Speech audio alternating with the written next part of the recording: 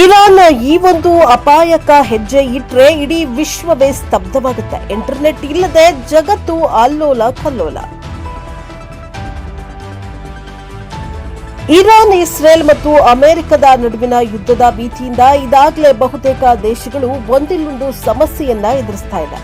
ಸದ್ಯ ಭಾರತಕ್ಕೆ ಯಾವ ಸಮಸ್ಯೆಯೂ ಆಗದೆ, ಯಾವ ರಾಷ್ಟ್ರಗಳು ಹಾನಿಯನ್ನು ಮಾಡದೆ ವಿವಾದಿತ ಹಾರ್ಮುಜ್ ಜಲಸಂಧಿಯಿಂದ ಎಲ್ಪಿಜಿ ಹೊತ್ತ ಹಡಗುಗಳು ಸುರಕ್ಷಿತವಾಗಿ ಬಂದಿವೆ. ಯುದ್ಧದ ನಡುವೆಯೂ ಭಾರತಕ್ಕೆ ಯಾವುದೇ ಸಮಸ್ಯೆ ಇಲ್ಲದೆ ಕೆಲವು ಹಡಗುಗಳು ಬಂದಿವೆ. ಈ ಮೂಲಕ ಎಲ್ಪಿಜಿ ಸಮಸ್ಯೆ ಒಂದು ಹಂತಕ್ಕೆ ಪರಿಹಾರವಾಗಿದ್ರೆ, ಆದರೆ ಯುದ್ಧದ ಕಾವು ಮಾತ್ರ ಜೋರಾಗ್ತಾನೆ ಇದೆ. ಇದು ಎಲ್ಲ ದೇಶಗಳ ಮೇಲೆ ಪ್ರತಿಕೂಲ ಪರಿಣಾಮವನ್ನ ಬೀರ್ತಾ ಇದೆ. ಭಾರತದಲ್ಲಿ ಸದ್ಯ ಎಲ್ಪಿಜಿ ಸಮಸ್ಯೆಯಷ್ಟೇ ಉಂಟಾಗಿದ್ರೆ, ಕೆಲವು ದೇಶಗಳಲ್ಲಿ ಇನ್ನೂ ಹೆಚ್ಚಿನ ಪ್ರಭಾವ ಉಂಟಾಗ್ತಾ ಇದೆ. ಆದರೆ ಇದರ ನಡುವೆಯೇ ಇದೀಗ ಆತಂಕಕಾರಿ ವರದಿಯೊಂದು ಬಂದಿದೆ. ಅದೇನೆಂದ್ರೆ, ಇರಾನ್ ಒಂದೇ ಒಂದು ಹೆಜ್ಜೆ ಮುಂದಕ್ಕೆ ಹೋದ್ರೆ ಇಡೀ ವಿಶ್ವವೇ ಸ್ತಬ್ಧವಾಗುತ್ತಂತೆ. ಇದಾಗಲೇ ಈ ಬಗ್ಗೆ ಇರಾನ್ ಬೆದರಿಕೆಯನ್ನು ಹಾಕಿದೆ. ಇಲ್ಲಿ ಮುಖ್ಯವಾಗಿ ಇರುವುದು ಸಾಗಾಣಿಕೆಯ ಕೇಂದ್ರ ಬಿಂದುವಾಗಿರುವ ಹಾರ್ಮುಜ್ ಜಲಸಂಧಿ. ಇರಾನ್ ಈಗಾಗಲೇ ಹಾರ್ಮುಜ್ ಜಲಸಂಧಿಯನ್ನ ನಿರ್ಬಂಧಿಸಿದೆ.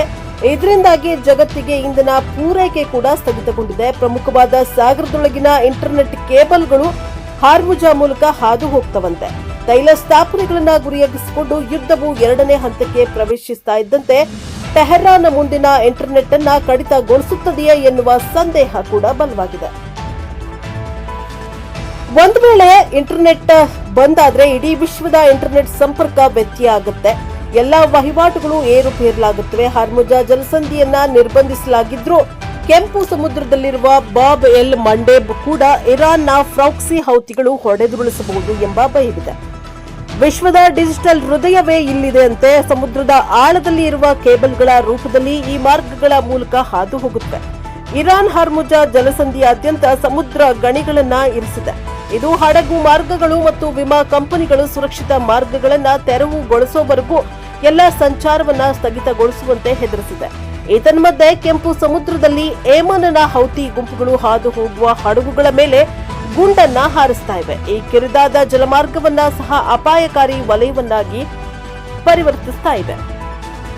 17 ಜಲಾಂತರ್ಗಾಮಿ ಕೇಬಲ್ಗಳು ಕೆಂಪು ಸಮುದ್ರದ ಮೂಲಕ ಹಾದು ಹೋಗುತ್ತವೆ ಎಂದು ಮೂಲಗಳು ತಿಳಿಸಿವೆ. ಯುರೋಪ್, ಏಷ್ಯಾ ಮತ್ತು ಆಫ್ರಿಕಾವನ್ನ ಸಂಪರ್ಕಿಸುವ ಇಂಟರ್ನೆಟ್ ದಟ್ಟಣೆಯ ಪ್ರಮುಖ ಪಾಲನ್ನ ಈ ಕೇಬಲ್ ಕೂಡ ಹೊಂದಿವೆ.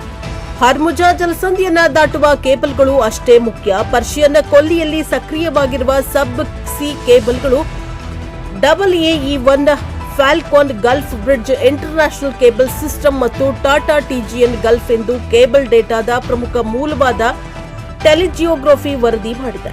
ಈ ಮಾರ್ಗಗಳು ಭಾರತದ ಸಾಗರೋತ್ತರ ಡೇಟಾ ಸಂಪರ್ಕಗಳನ್ನು ನೇರವಾಗಿ ಬೆಂಬಲಿಸುತ್ತವೆ.